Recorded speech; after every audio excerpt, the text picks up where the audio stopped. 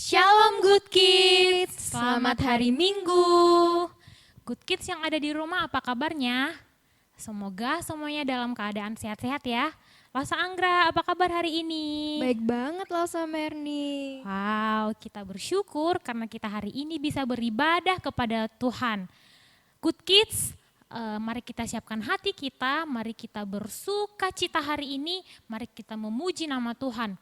Lause undang untuk bangkit berdiri, kita mengangkat pujian, mari kita bergembira.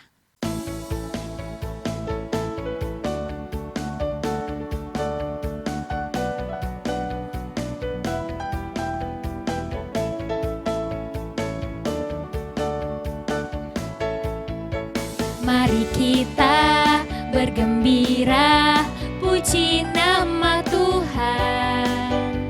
Dunia ini pun bergema, puji haleluya.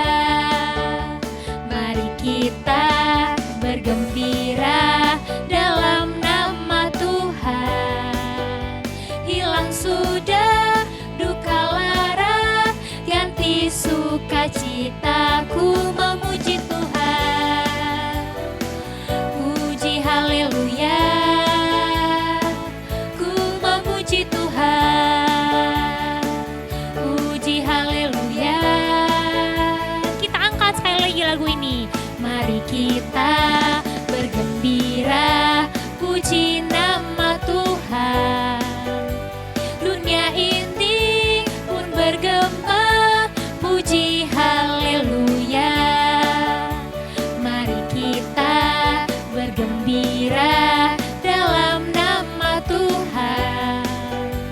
Hilang sudah duka lara, ganti sukacitaku memuji Tuhan. Puji haleluya, ku memuji Tuhan. Puji haleluya, mari kita bergembira. Mari kita bergembira dalam nama Tuhan. Hilang sudah duka lara, ganti sukacitaku memuji Tuhan. Puji haleluya, ku memuji Tuhan. Puji haleluya.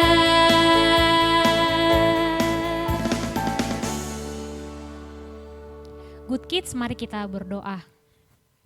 Selamat pagi Tuhan Yesus, terima kasih karena hari ini kami boleh beribadah kembali kepadamu Tuhan. Hari ini kami sangat bersuka cita, kami rindu untuk memuji dan terus memuliakan namamu. Tuhan yang bersama-sama dengan kami, yang memberkati ibadah kami, biarlah ibadah ini menjadi kemuliaan-Mu.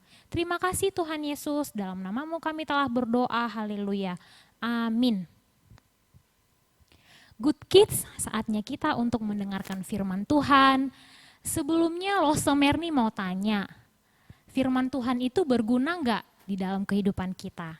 Ayo, Lose, Anggra gimana? Berguna banget Lasa Merni, firman Tuhan dapat menjadi pelita bagi kehidupan kita. Ya, bisa menjadi pelita dan juga firman Tuhan bisa menopang kehidupan kita dan menuntun kehidupan kita sehari-hari. Good Kids, kita siapkan hati kita untuk mendengarkan firman Tuhan. Kita angkat pujian, firman-Mu pelita bagi kakiku.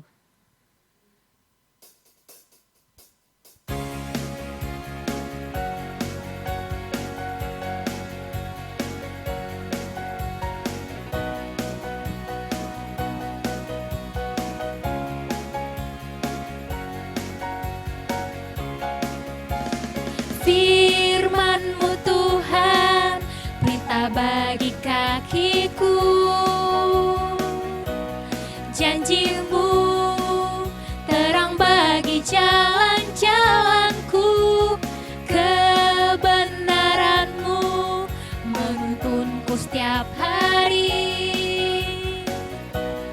Ku menantikan-Mu, beri kekuatan baru. Ku kan terbang tinggi di awan.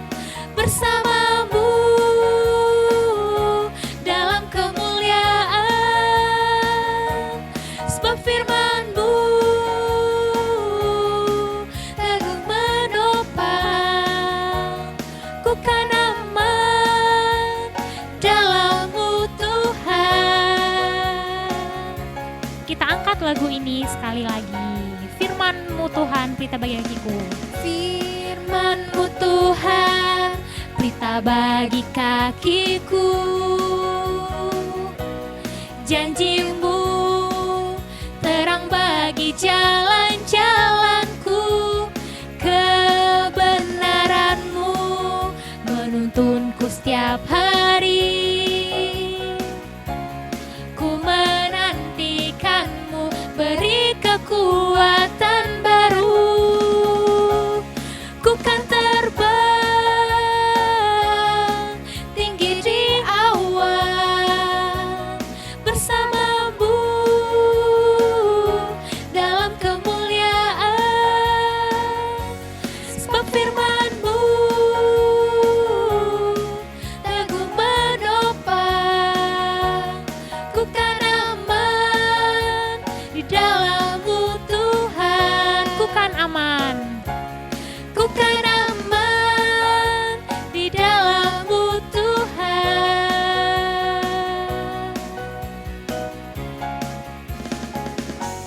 Good Kids dipersilakan duduk, kita mendengarkan firman Tuhan.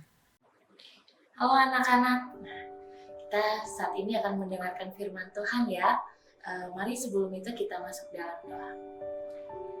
Bapa dalam surga, kami ucap syukur ya Tuhan, saat ini kami boleh datang untuk mendengarkan firman-Mu. Biarlah Tuhan boleh pimpin dan sertai setiap kami, sehingga kami boleh mengerti akan kebenaran firman-Mu. Terima kasih Tuhan Yesus, dalam nama Tuhan Yesus kami berdoa, amin. Oke, anak-anak, langsung mau tanya, kalian pernah nggak menonton film Mulan? Nah, kalau kalian yang pernah menontonnya, kalian pasti tahu ya, kalau Mulan ini adalah seorang wanita.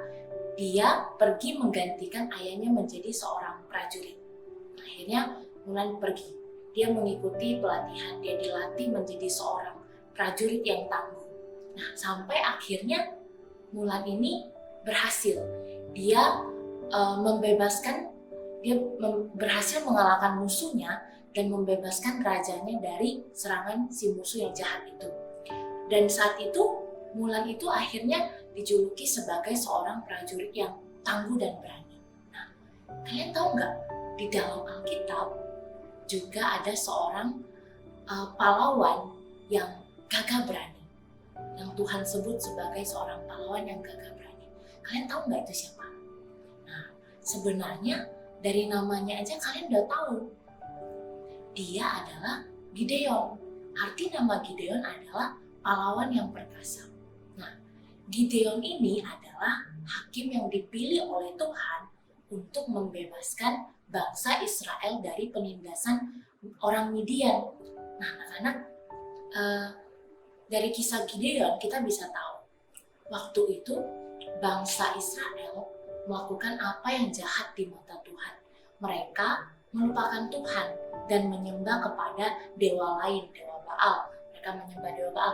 Oleh karena itu, Tuhan menghukum mereka dan menyerahkan mereka kepada orang Midian selama 7 tahun.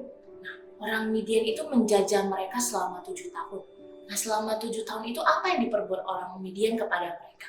Orang Midian itu merampas semua hasil tanaman mereka, mengambil hasil makanan mereka, bahkan merusak ternak-ternak yang mereka miliki. Dia mengambil ternak-ternak mereka, sehingga orang Israel itu kelaparan, hidup dalam kemiskinan, menderita. Nah, di dalam kondisi yang seperti itu, orang Israel berseru kepada Tuhan. Mereka berseru meminta tolong kepada Tuhan. Dan apa yang terjadi, anak-anak? Tuhan mendengar seruan mereka dan Tuhan mengutus Gideon. Nah, waktu itu Gideon ini hanyalah seorang pemuda yang sederhana. Dia waktu itu menggiring gandum di tempat yang tersembunyi, anak-anak.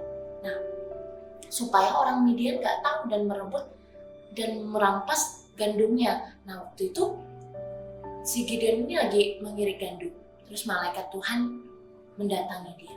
Malaikat Tuhan berkata kepada Gideon, "Hai engkau pahlawan yang gagah dan perkasa, pahlawan yang gagah perkasa, pahlawan yang gagah berani." Malaikat Tuhan berkata seperti itu.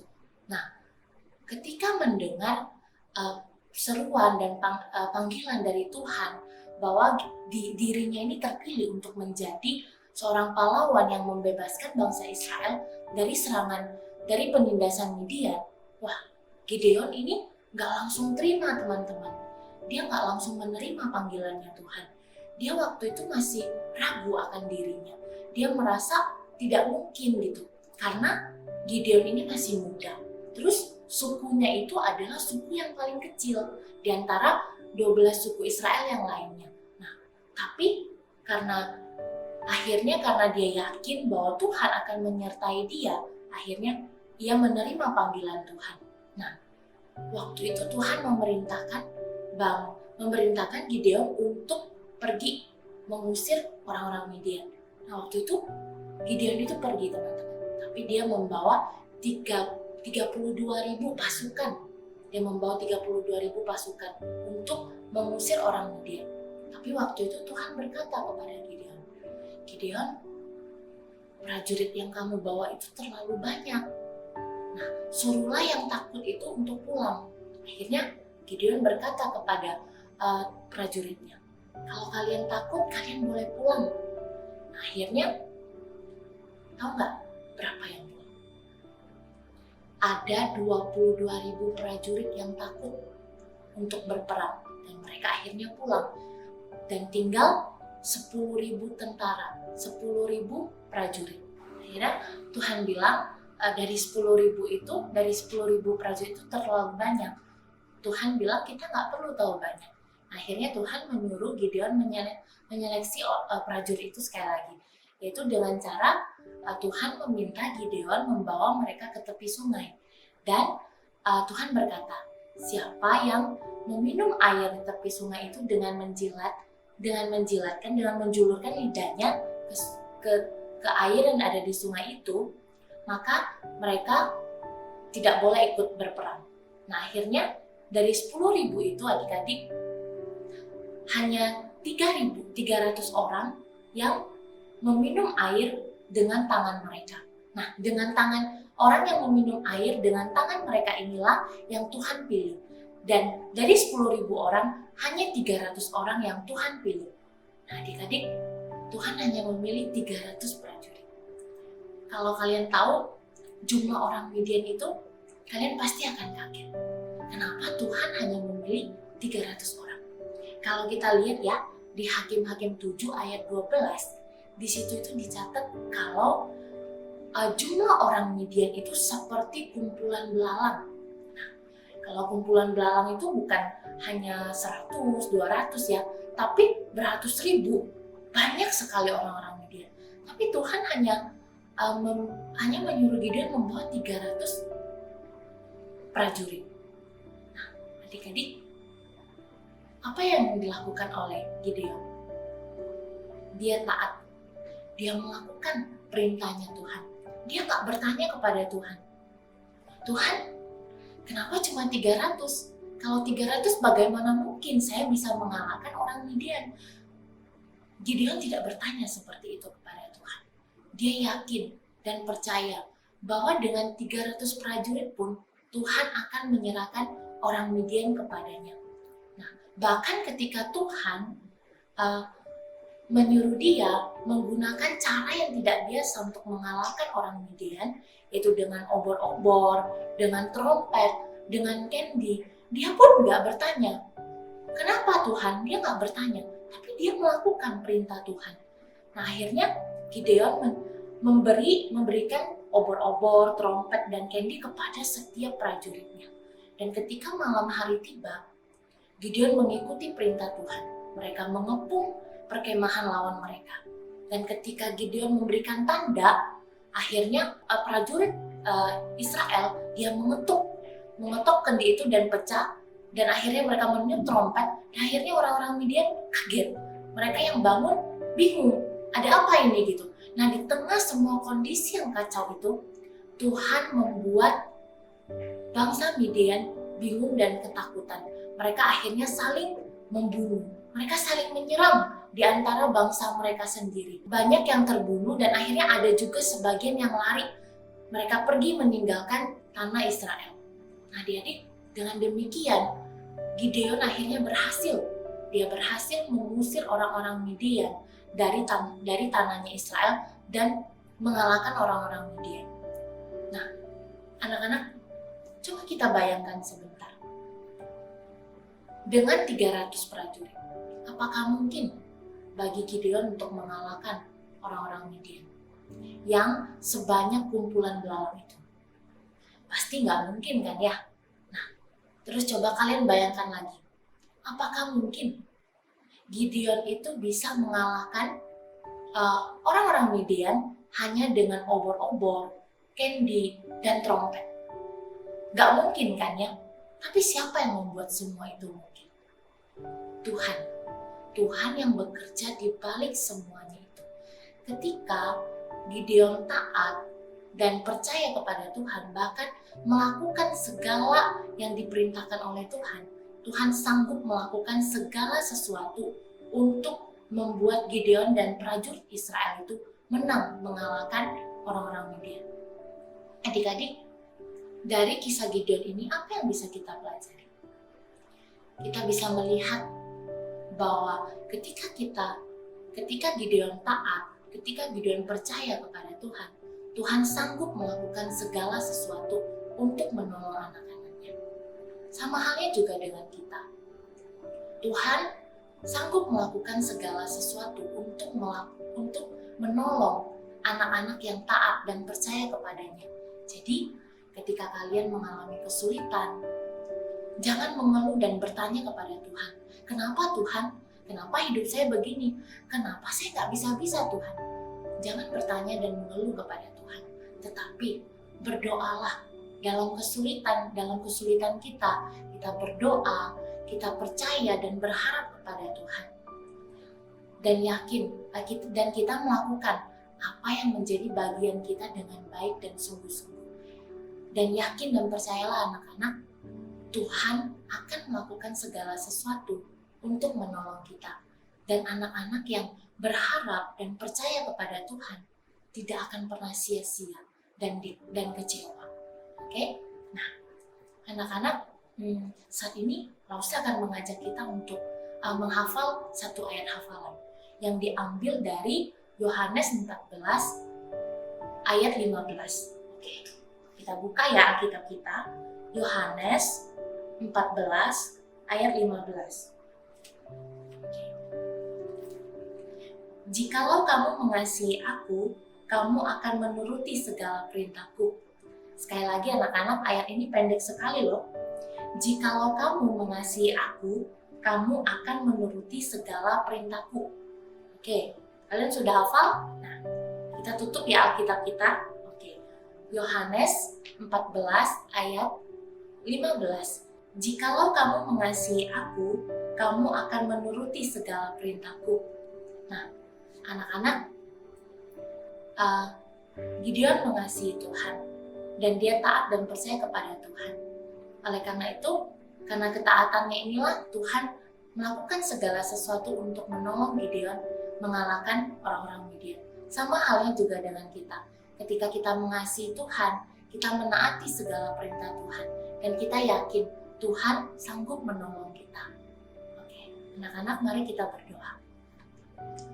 Bapa dalam kerajaan surga, kami mengucap syukur untuk firman-Mu pada hari ini. Ya Tuhan, terima kasih Tuhan boleh mengingatkan setiap kami bahwa Tuhan akan melakukan segala sesuatu untuk menolong anak-anak yang taat dan percaya kepadanya.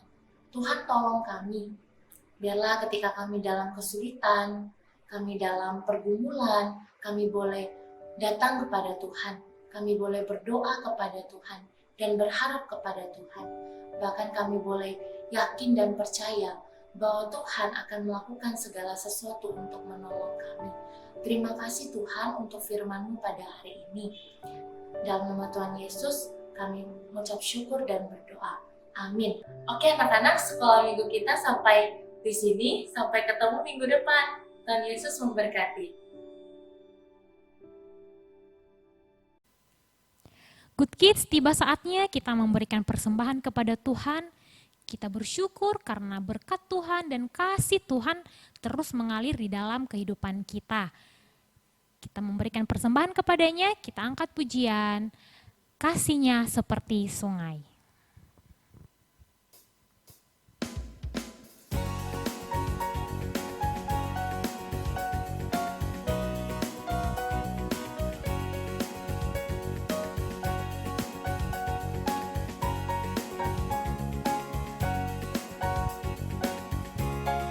Kasih-Nya seperti sungai, kasih-Nya seperti sungai, kasih-Nya seperti sungai di hatiku mengalir, mengalir di waktu susah, mengalir di waktu senang, kasih-Nya seperti sungai di hatiku, berkat-Nya, berkat-Nya seperti sungai, berkat-Nya seperti sungai, berkat-Nya seperti sungai di hatiku,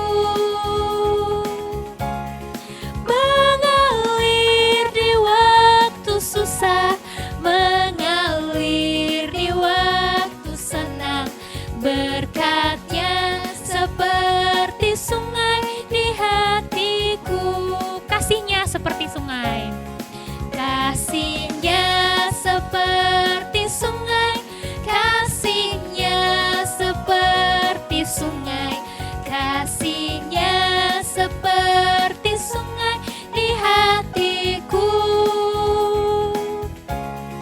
mengalir di waktu susah, mengalir di waktu senang, kasih-Nya seperti sungai di hatiku. Yes, kasih Tuhan mengalir terus dalam kehidupan kita. Mari kita berdoa. Tuhan Yesus, terima kasih saat ini kami boleh memberikan persembahan kepadamu. Tuhan yang memberkati persembahan ini, biarlah persembahan ini Tuhan bisa menjadi kemuliaan-Mu. Tuhan, kami berdoa untuk orang tua kami, segala pekerjaan dan segala usaha mereka, Tuhan terus berkati. Tuhan, kami juga berdoa dan kami sangat mengucap syukur untuk segala berkat dan kasih-Mu yang boleh kami nikmati di dalam kehidupan kami. Tuhan yang terus mengajarkan kami supaya kami bisa mempersembahkan kehidupan kami ke dalam tangan-Mu. Terima kasih Tuhan, inilah persembahan kami serahkan ke dalam tangan-Mu. Dalam nama-Mu kami telah berdoa, haleluya, amin. Good Kids, ibadah kita saat ini telah selesai. Sampai jumpa minggu depan. Tuhan Yesus memberkati. Terus jaga kesehatan. Dadah.